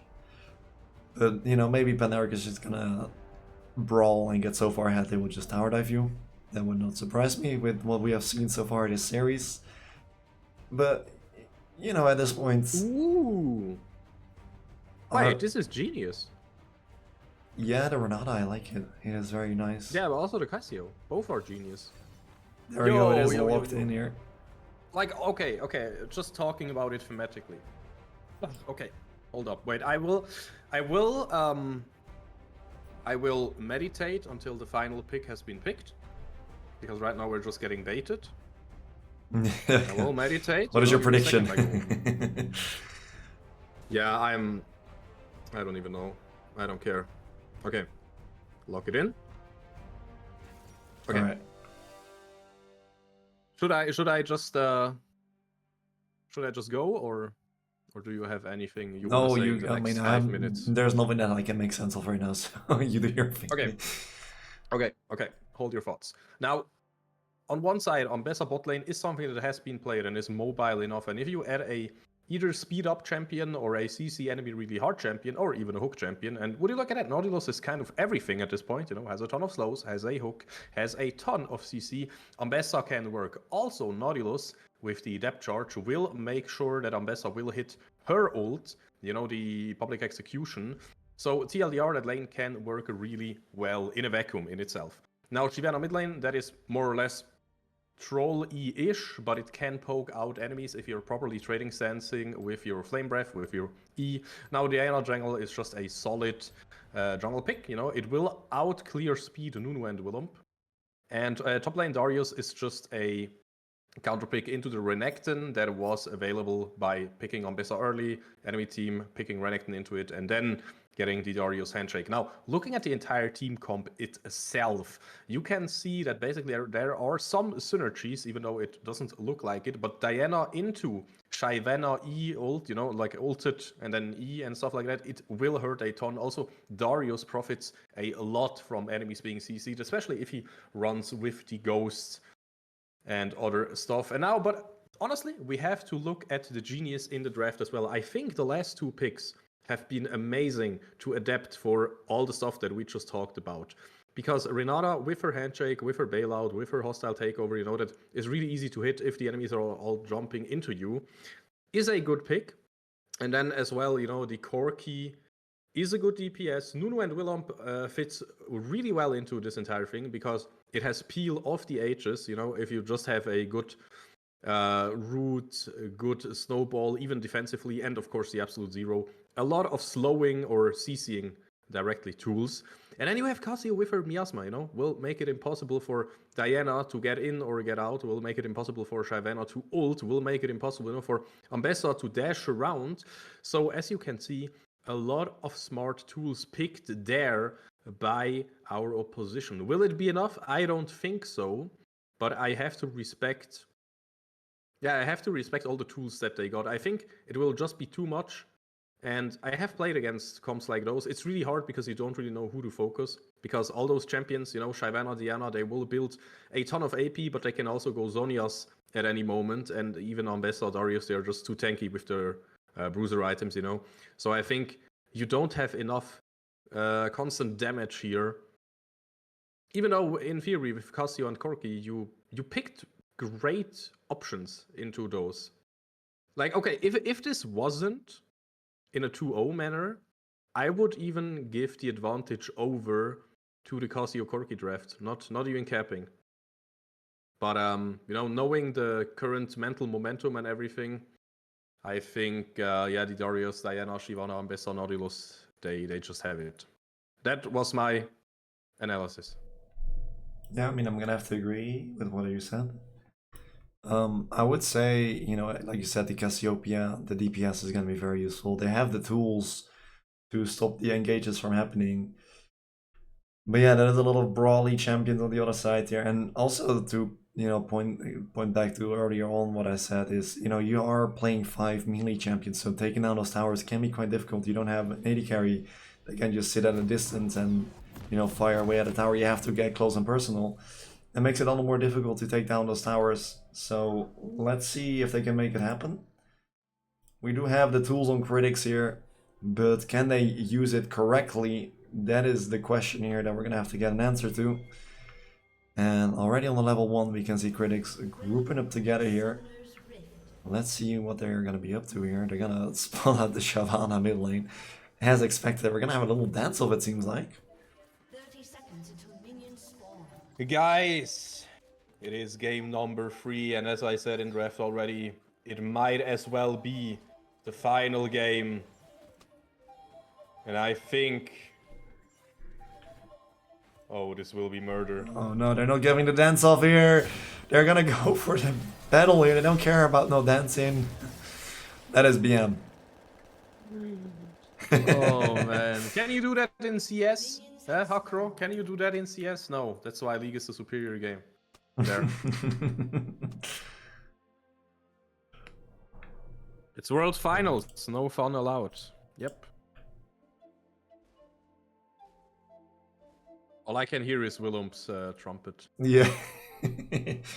Do do do do do do do do do do do. Alright, so it is the Shyvana mid lane. Yes. Again, it's not terrible. It's not terrible, especially if you hit your flame breaths. Wait, I even got that ability name correct. Damn. In Champ Select. I wasn't like 100% sure, but I was like, yeah, it should be flame breath, right? So already going crazy mode on top side. No. Can we please just focus on mid, and I will only look at mid and count the flame breaths hitting or missing, okay? Alright, Why are you laughing? It is important. I'll be... He used it to push. Please get me out. This is not how you treat mana. No. You have the trading sense, man. You have the trade sense. Trading sense, you know? Oh, Forks actually heating up mid lane. Will trade with Mr. I'm looking at the mid lane as well now. Looking at mid lane as well now. Okay, you can see, please get me out, you know? He wants that minion over there, you know? And Forks is standing on the minion to make sure, yep, see, he wanted to go for it, but he will get punished instantly by a combo from Forks, you know? Get me out. Will use a beautiful flame breath there to get a last hit and put some poke onto Forks now. He gets level 3. He will put a point into his W, into his burnout, you know, so he can move a little bit faster and have some sustained damage if he goes for a long trade. We had first blood on top lane, by the way, but nobody saw that. You know, mid lane is way more important. No, but Nunu shenanigans, of course, you know. That is what is happening. But honestly, what is wrong with Zenny? He played Soraka last game. In the first game, he played a normal ADC, and now he's on Ambessa. It's like... But again, it's not troll, I'm telling you. Ambessa bot lane can work. No, I have no doubt that it can work. We have seen a lot of things work here that I feel like shouldn't work, but here we are with Pandaric still looking strong in the hook. Oh. Exhaust will be massive. The bailout, if available, will be perfectly timed, but Zenny will get away with it because he's just too mobile. And now, yeah, you still have the flash on Corki, but you also have the flash. Okay, beautiful flash there too. Sidestep the hook here from iCamper. It will not connect the dredge line. Not being good enough. And I'm looking at top lane. There is a snowball. The ward will not really help you against it. And that is the win con. The ghost will be used instantly. Now we Tokyo drifting. We connecting onto Soap. He needs to find a beautiful heal here with his Decimate. He will not do so. He will die before he can even completely use it. And this has been a wonderful gank so far. Good stuff by Valhalla. So... it looks like we have a game on our hands. Oh! Oh no! 2 successful ganks in the top side here. I mean, yes, it will be, you know, slightly equaled out here with Senny getting that beautiful kill onto a Manji as well. And the Bill not helping out there, but Hanu may be in trouble here in the jungle. It will be greeted here by Nunu and Willem, but luckily the Shyvana mid lane there to bail him out. That is something you won't be saying too often in your casting career, I guess. So yeah, I'll just take in a moment for now. Also appreciate this beautiful team composition here by Pandaric. And also look at the amount of wards on the map here, especially on the bot side for Pandaric. They got full vision over that river here.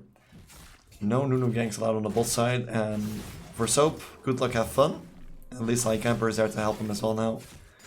After he went down 0-2, he's getting some team support here. He's not completely left out on the island that he's normally on. And never mind, Camper is just gonna leave after the wave gets pushed in. So we'll just be returning back to the bot side of the map, back to the Ambessa bot lane. Tokyo, but will not connect. Okay. I thought maybe if I, you know, bring in the music, but nah, it didn't really matter. Okay, unlucky. Unlucky, but hey, it is a flash being used, and that is an Ambessa being quite low there. And you know, fortunately, she does have like 20 more dashes to get out as well. So all safe and sound here on the bot side of the map here. Already a pickaxe on the Ambessa, that is. And Sunny's gonna recall and buy even more probably. So it's going quite well here for Sunny on the Ambessa.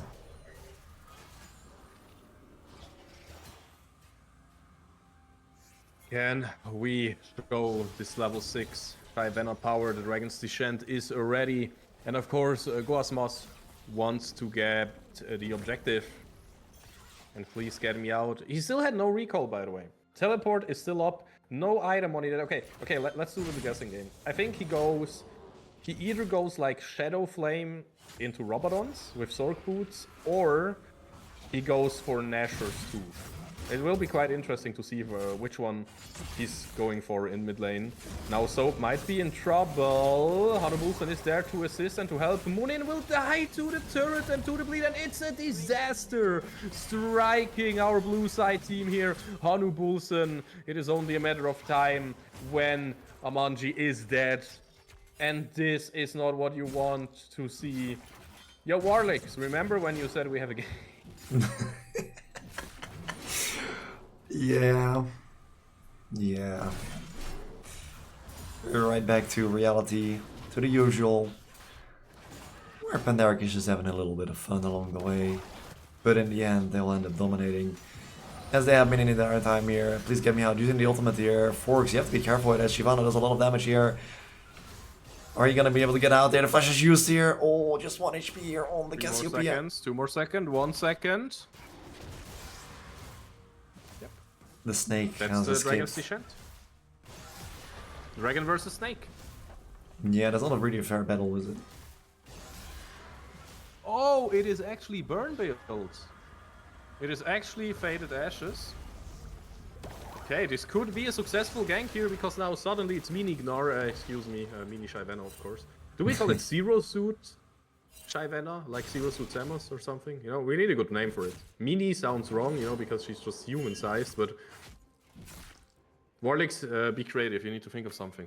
I don't think I can. Head Help empty. us out. Head empty, no faults. Chat. How do you call it? You know, like there's Diva in Overwatch, and if she goes into human form, she's called Baby Diva. Or then, again, we have Gnar, Mini Gnar. But what is Shyvana called if she's not a dragon anymore? She's just normal human. Chat, Hakro or somebody, we need your help here. We need some good naming ideas. Sounds like a job for chat to me, yeah. Yeah, we are also... Oh, Soap. Wait, what? Oh. So? Why did you ult there? To show Yeah, see, now dominance. you can't kill Nunu without ult. What, Gimli? Okay, we got the dragon. Now Soap is flashing out. He realizes if I get CC'd here, I might as well be in trouble. And my team is getting something on the other side of the map anyway, so, you know, might as well just flash out, play it safe. Imagine picking this draft and then playing it safe, by the way. Yeah, but we know Pandaric. They get their small Well, lead. we know so. We know so. Yeah, they get their small lead in the early game, which they currently, you know, it's not that big of a lead, but, you know, 700, 800 gold lead, which is, you know, it's a lead. It's not too big, it's there though. And then they continue to play it safe whilst they slowly increase their lead, and then suddenly there's 1-2k gold lead and they will snowball. Like in the bot lane right now where they're gonna go for a 2 versus 2 here, but it doesn't look too good here for Pandaric just yet here, but the 200 more dashes maybe will be enough, but it doesn't seem like it will be. Oh, huge double kill for Monogram! This was so important for them. Yeah, and now that gold lead has been erased and is actually in favor of Critix right here. As the dragon will just get a honey ball in the face.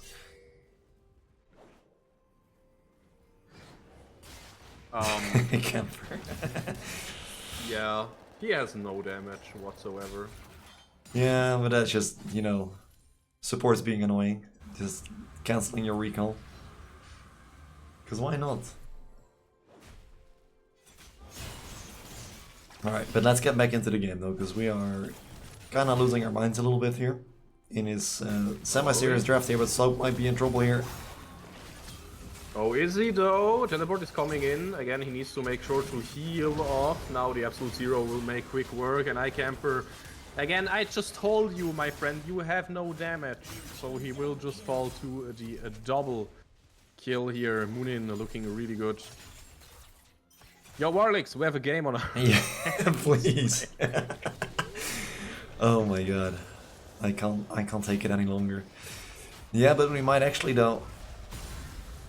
Okay, that is a lot of damage.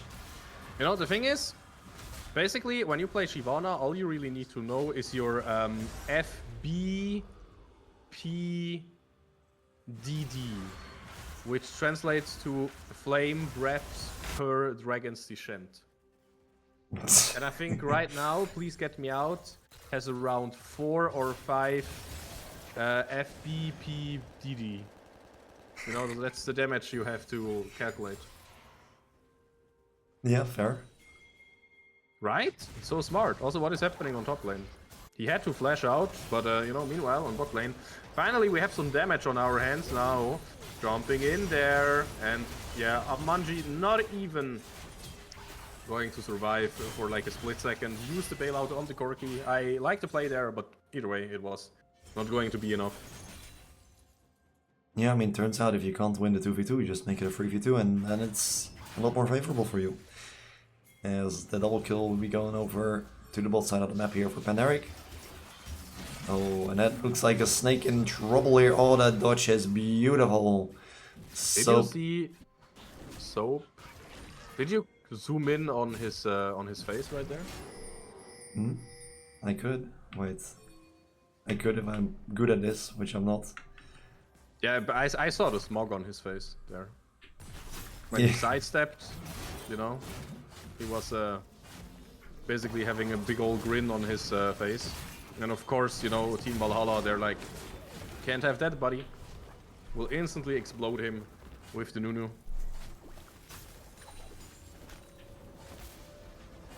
Also, what is this? Why is nobody going full AP? Why is Nunu going Leandris? Why is Please Get Me Out getting Blackfire Torch? Yeah, I'm literally looking at this draft and I'm flaming the players for their item choice. You don't want the enemies to like slowly burn to their deaths. You want them to heckin' explode. What are you doing, guys? Oh, beautiful stuff there. Really good hook. Awamanji. Okay, could be a big hostile takeover, could be a big bailout. If iCamper dies in time, he will not die in time. He will die, but too late for the bailout to really work. Now Guasmos is also here flashing onto Seni and getting the shot down. I had to double check the name there because I was seeing Ambeso and I was like Seni. I was like, wait, that's the ADC, but yeah, true, he's on the, yeah, of course. Yeah, that is a 4-1-3 Nunu, by the way, and with all those KOs set and done there, there's a 1k gold lead here for Critix. And, you know, the objectives have just been split across the map so far. And it seems like it's gonna be continuing that way forward as well, as Critix will be securing themselves a dragon here in the bot side of the map, whilst Pandaric get themselves a herald. And hopefully we can get some normality back here. The herald is actually gonna be very good here for Pandaric. They could use it to force out that tier 1 mid tower if they want to. Because, you know, like we said, 5 melee champions can be quite difficult to take down those towers. You don't have the safety of the range that you normally have, so having the herald there, you know, to take down some towers for you is very useful for them to just accelerate the game a little bit more in their favor. As we are now 50 minutes in right now, and only a small lead for Critix here, but nothing too significant here as Camper. He has to be a little bit careful here. Yo, I'm Elytram from the future again. Yeah. Soap will just solo dive on top lane, but we will not really see it because the bot lane will also look really juicy here. The bailout being used is on cooldown. Oh, never mind, the crocodile will come with the teleport. And now meanwhile, please get me out. Does not have enough FBPDD or something, I forgot. Sounds about But right. honestly, you know, you could think I'm capping there, but it is actually really important, you know? You basically only go into dragon form for that one spell, so it is important. Do you really want to go for that? Will you go for that? Okay, flashing forward into the Renekton. That is quite the resource being used there. Okay, Cassiopeia might be in trouble here. Zenny with his shield not strong enough. That is the constant damage that I was talking about. And Cassiopeia getting the kill there. Well, what is Soap doing there, by the way? He's literally ghosting in there, cancelling the recalls, flashing after Cassiopeia. Now the hostile takeover, just as a way to get away, you know. Soap and iCamper will hug each other. It's really funny, by the way, how Soap will then use his passive onto his own teammates. And if he has 5 stacks already, then the hostile takeover could be absolutely massive if you hit one of the carries. And that's why you do not have an AD carry, you know? He would just die. So better have 5 melee champions. It all makes sense now.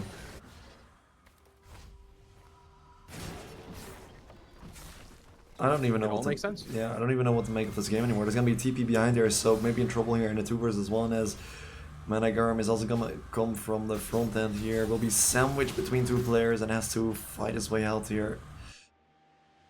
Or he just walks his way out, that is also a possibility. Okay, this is another big fight. You know, every fight is a big fight, but Forks will not stay long until he dies. Now look at it. That's basically the AP mage experience there with Please Get Me Out, just throwing a fireball over the wall and will instantly die, regretting walking into the enemy team.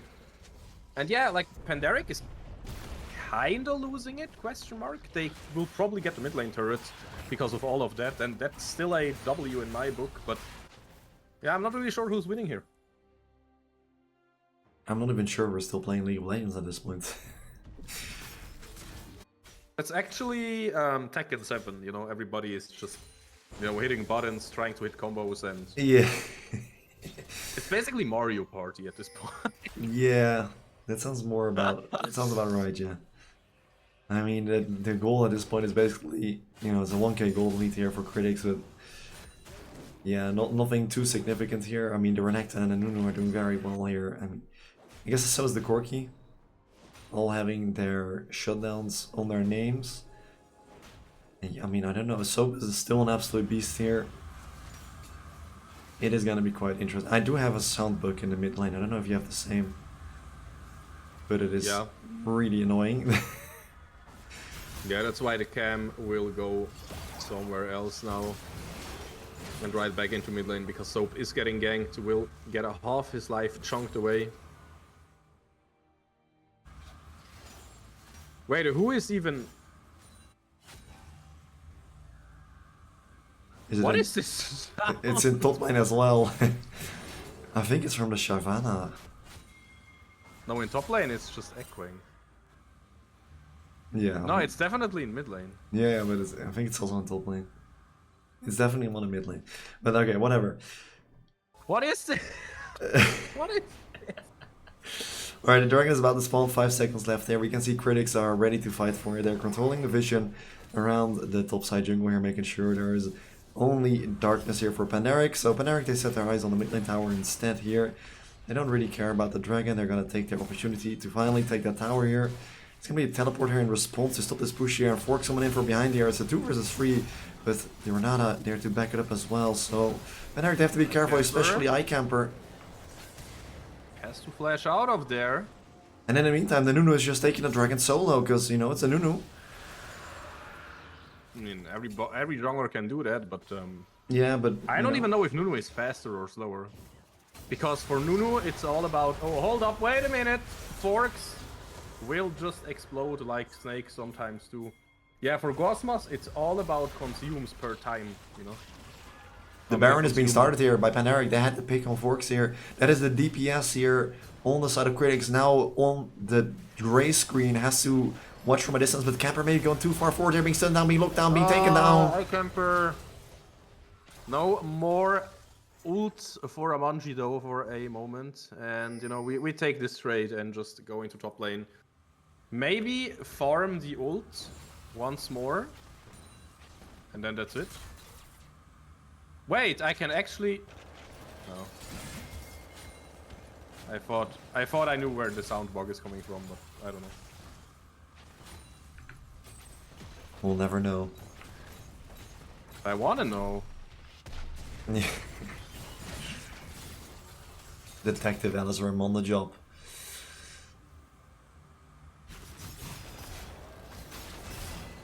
What are we witnessing here? Sani will have 2 groupies flashing right over the ball. They wanted him so bad. The 2 yellow ones, by the way. Or maybe that's his fan outfit. But either way, without an quote-unquote ADC, the Nash will be started. But that also means Munin is alone in mid lane. Monogarm will have an early bailout. Will it be too early? It will probably run out in time, and he could just burn to his death. Soap will find the ultimate there, the Noxian Guillotine will find another one, and I don't know how they do it, but they are doing it. They find 3 kills, 4 kills even, triple kill for Soap. And I don't know what I'm looking at, Warlicks, but yeah. No, that's it. That's all I have to say. I don't know what I'm looking at. Yeah, that was... You know, a little bit of a blunder there by Critixx. They were, you know, they found the pick, which is absolutely amazing. They catch out Seni, they take him down, they realize they're in a 5 versus 4. They know they have insane DPS with the Cassiopeia. She can absolutely melt the Baron, you know, just spamming E on it. So they start off the Baron, you know, which is absolutely fine because you have the 5 versus 4 lead. But then the issue arises where, you know, the team was a little bit split, right? There was a few members trying to hold off Pandaric in the river, you know, the river entrance towards mid lane, and a few members starting off the Baron. You know, in theory that should be all fine there, but then the players in the mid lane get caught out, taken down, and that just means that player advantage you once had is just thrown into the bin, and Pandaric just gets free reign over the river, take down the rest, and take the Baron with them. And yeah, just not really what you like to see here for Critixx. They had the advantage, they could have taken the Baron there if the execution was just a bit cleaner there, but they... Unfortunately for them, fumble it, and now the tables are flipped here, and the lead is handed towards Pandaric. Now 4K, they have the Baron buff with them as well, and they'll be looking to extend their lead further here with the Dragon. 1 FP per DD, 2 Yeah. FP per... It's currently 3 FP per DD. Yeah, it's if not hitting you are them not though. auto-attacking at all. It's not Then hitting. it's only 3. That is the problem though, you gotta hit those. Wait, just let Shyvana hit the red bot. What are you doing? You're griefing your own team member. I want to say mid laner, but it's a Shyvana, so. Okay, who connecting? But you don't have Dragon form. You don't have Dragon Sishent at the ready. Cosmos just tuning in there. And of course, we will see the pressure onto the turret now. And I don't know if you can hold this. I don't know, my friends. Look at the minion. This is the ADC right now. Soap will eat a bit of damage, and everybody is ready to flank except for Senny. He is just chilling in mid lane and will work on the mid lane turret, you know. Might as well get rid of that because it's a really annoying turret, you know. Just get this out of the way. Now Soap will maybe be sold in bot lane. Camper. Yeah, good thing, good for him he didn't go in. But hey, meanwhile, you know, it's a classic Soap moment again. He cannot escape it. Even if everybody plays a melee, he will die. And in return, his team will kill some turrets, find some stuff somewhere else on the map. Now on Wilson, the redemption will be huge there. Oh, it will be indeed. Getting the kill. Senny, no way. Nah, he cannot get out of this one. Again, the Cassiopeia and the Renata Glask, they are a huge problem. Ooh, could be a huge one. Will be a huge one. Icamper going berserk. Everybody standing in the fireball from Please Get Me Out. But suddenly he becomes Grimly form again, as we learned from chat. Yeah. And he will not be able to throw out more fireballs. Yeah, and I want to just point out, like, yeah, sure, Pandaric, they break open the base, they get the inhibitor in the mid tower, and the bot lane tier 2 tower. But you can already kind of see that it is quite difficult for them to get those towers down. You know, it takes, you know, pulling away the entire enemy team to the other side of the map before they can really break open those towers like they want to. And that is with the Baron buff, which they also really struggled to get, you know. They didn't really deserve it. It was kind of handed to them on a silver platter, really. So you can really see that this is the limiting factor of this team composition, but, you know, they don't really care. They just want to brawl it out here. Oh man, are you out of position again? Maybe? I don't know. Amanji will not be there in time for some good bailouts, and this means it is some kills for our friends here at Pandaric. They will get more. They are not happy with only 2. They will get the dragon. They will get a 3rd kill.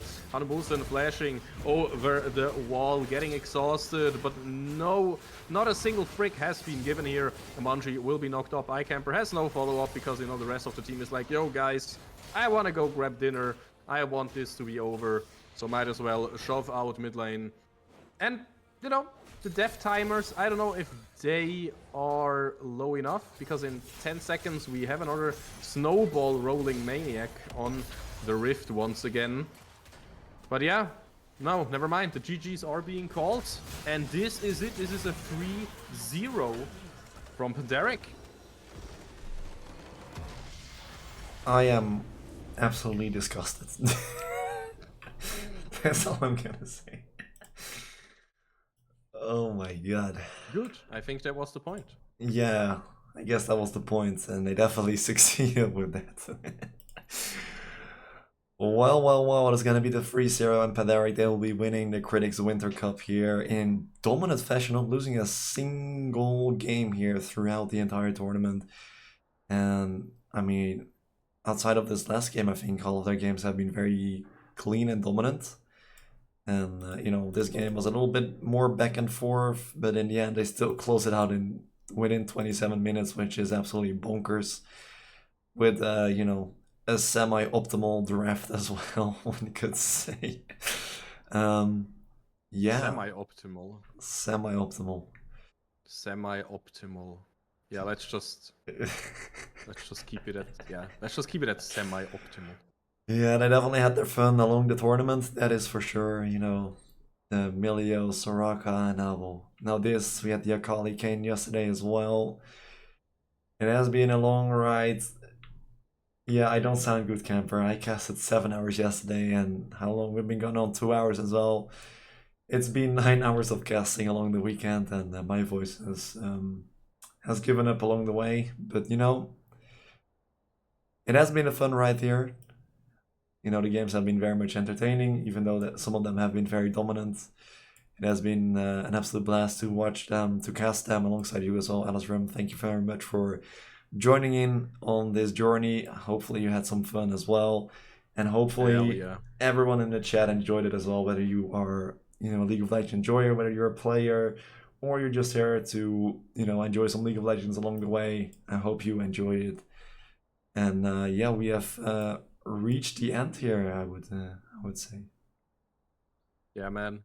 Again, I wrote so in chat already. I'm glad there is one single trademark where, you know, you see that I'm a veteran caster. I feel like I could go for some more. Or it's not in the voice, it's more in the head, you know. Getting Yeah, tired no, there, my but yeah. please, I need some rest. It was a tiring day, of course, but it was only tiring if you were an opponent from Pandaric, man. Pandaric, a huge congrats again for winning Critix Wintercup. That was a banger of a series.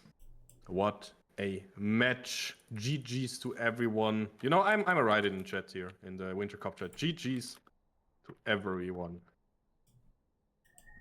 Was an amazing tournament. Thank you, of course, for Critix for hosting that one in the off season. And yeah, guys, don't forget to give Warlix a like and follow and subscribe to his channel and everything, all that stuff, you know. Giving a shout out to him. Don't forget to follow Pandaric and everybody on Discord, all that stuff. And until next time, I hope you have a good start into the year. And we will surely meet again. Have a good one. Yes, bye bye everyone.